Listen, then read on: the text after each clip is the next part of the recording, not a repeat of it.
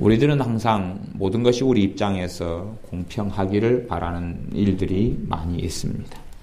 우리 입장에서 공평하다, 그것은 하나님 입장에서는 불공평하다, 그런 것이죠. 가령 짐을 똑같이 100kg의 짐을 가지고 한 10km를 가야 된다 가정하면 어떤 사람은 100kg 짐을 가지고 한 5km를 갔습니다. 그때에 개미와 배짱이 이야기처럼 어떤 사람은 전혀 출발도 하지 않고 있었죠.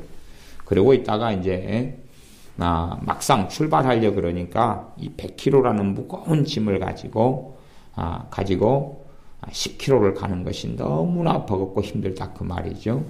아무 이동수단도 없이. 그런데 먼저 출발했던 사람이 5km 중간을 다 넘어서고 내가 좀 더 망설이고 빈둥거리는 사이에 그 사람은 8km, 9km 거의 다 와가고. 그래서 우리는 그렇게 생각하죠. 야, 내가 저 사람과 똑같은 자리에 섰으면 얼마나 좋을까, 그러지요. 그러나 그런 면에서 우리는 우리 스스로의 입장에서 공평을 원한다, 그런 것이죠. 그러나 이제 저 사람은 많이 걸어가서 다 와가고 우리는 출발하지 않았으면 우리는 출발하려고 애를 쓰고 그리고 먼 여정을 걸어가야 한다는 사실입니다. 제가 나이 드신 분들의 신앙생활을 보면 참으로 태만하다는 것을 볼 수가 있습니다. 나이 드신 분들일수록 정말 태만하다. 왜 태만하냐 그러면 물론 나이 드신 분들이 자녀를 키우고 가정생활을 하고 먹고 살기 위해서 험난한 세월을 보내왔다는 것은 압니다.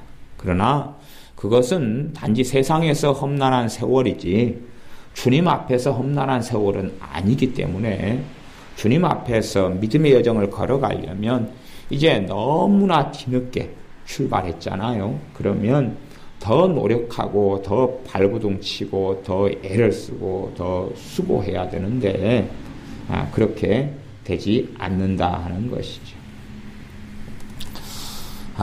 그런 일들도 있습니다. 제가 일단은 어떤 사람들이라는 것은 그렇게 생각해 보자고요. 초등학교 1학년 아이들에게 덧셈 뺄셈을 설명해 줍니다. 그럼 1학년 아이들 입장에서는 이해할 만하겠죠. 자, 이제 초등학교 아이들에게 제가 방정식을 설명해 주어야 된다고 가정하지요. 중학생들이 하는 방정식. 도대체 얼마나 어떻게 쉽게 설명해 줘야 알아먹을까요? 거기에 이제 미적분을 설명해야 된다. 고등학교 한 2, 3학년이 하는 미적분을 설명해야 된다. 그러면 얼마나 쉽게 설명해야지 알아먹을까요? 정말로 때론 초등학교 1학년이 알아먹을 수 있도록 미적분을 설명하는 것이 가능하기는 할까요? 그런 문제가 딜레마가 되는 것입니다. 사람들은 그렇게 생각하죠. 누군가가 더 쉽게 설명해 준다면 나는 알아먹을 수 있을 거야. 쉽게 설명해 줘서 알아먹을 수 있는 게 아니라 그 수준까지 내가 성장해 가는 것이 중요하겠지. 그 수준까지 내가 자라가는 게 중요하지. 알아먹도록 내게 설명해 준다 하는 것보다 내가 깨닫지 못하고 알아먹지 못할 자가 되었구나 하는 심각성을 느끼고 깨닫는 것이, 그리고 애를 쓰고 수고하고 대가를 때로는 치르고 그 길을 걸어가는 것이 중요합니다.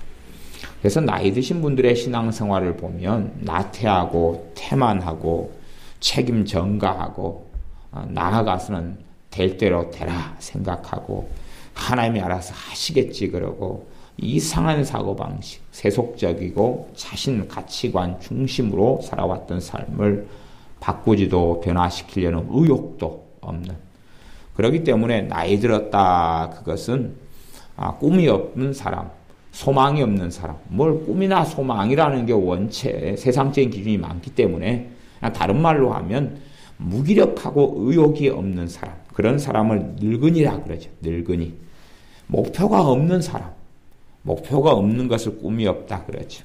그리스도인들 예수님을 믿는 사람들은 하나님의 말씀 안에서 얼마든지 목표를 찾을 수 있습니다. 세상적으로는 목표를 찾을 수 없겠죠. 무능하고 능력이 없고 가진 게 없으면. 그러나 하나님의 말씀에서는 얼마든지 목표를 찾을 수 있습니다. 그러나 그리스도인들이 그래서 목적과 목표를 말씀 안에 찾지 못한다면, 주님 안에서 찾지 못한다면 그는 늙으니라 그렇게 말할 수밖에 없는 거겠죠. 그래서 목적과 목표가 심령 안에 있지 않은 사람은 의욕이 없고 무기력한 삶을 살 수밖에 없습니다. 향방이 없이, 방향이 없이, 목표가 없이 떠도는 부풍조 같은 삶을 살다가 일순간에 사라질 수밖에 없습니다.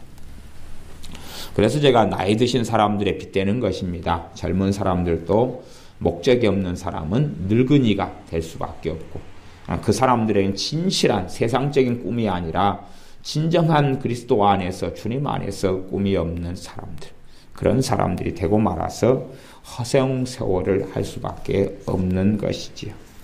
그래서 나이 들어서 주님을 믿었으면 젊은 사람들보다 더 노력하고 더 수고하고 더 발부둥쳐야 되는데 이미 될 대로 되라, 그런 인생과 삶에 젖어왔기 때문에, 포기에 젖어왔기 때문에, 그래서 하나님께서 어떻게 해주시기를 바랄 뿐이지 자신이 믿고 순종하고 걸어가는 것은 수고하고 애쓰지 않는 모습들을 많이 봅니다. 그렇기 때문에 나이 드신 분들이 주님을 믿었다, 그리고 한 60살, 70살에 믿었다, 그래서 오래 사셔서 한 90살 살았다 그래도 70살에 믿을 때나 20년 지나서 90살 됐을 때나 하등의 차이도 없는 것, 그런 것을 봅니다.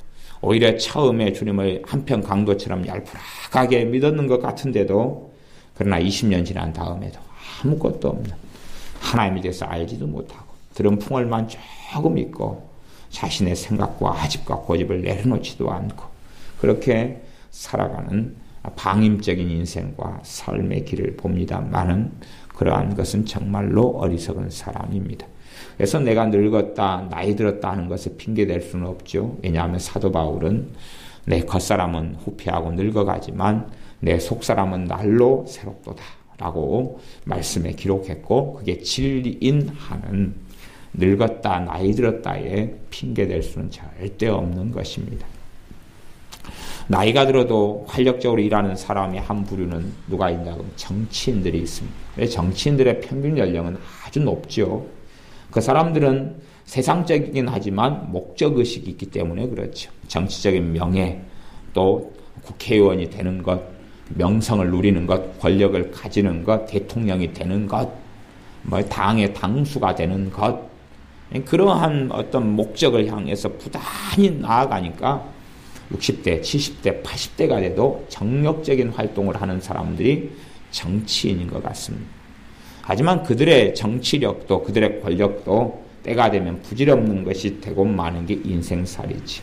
최소한은 그러한 어리석은 정치인들에게서 우리가 본받을 만한 것은 무엇이냐 그러면, 우리는 주님 안에서 목적의식을 가져야 한다는 것입니다. 주님 안에서 목적의식, 주님 안에서 소망, 주님 안에서 비전, 돈을 가지고 떵떵거리고 대골 같은 집에서 맛난 것 먹고 살고 여행 다니고 하는 것 말고 주님 안에서 갖게 되는 각자의 말씀을 통한 각자의 비전, 각자의 목적의식을 가질 때에만이 한 걸음 한 걸음, 때로는 빠르건 때로는 느리건 방향이 있으니 목적지에 도착하도록 걸어 나갈 수 있는 것입니다.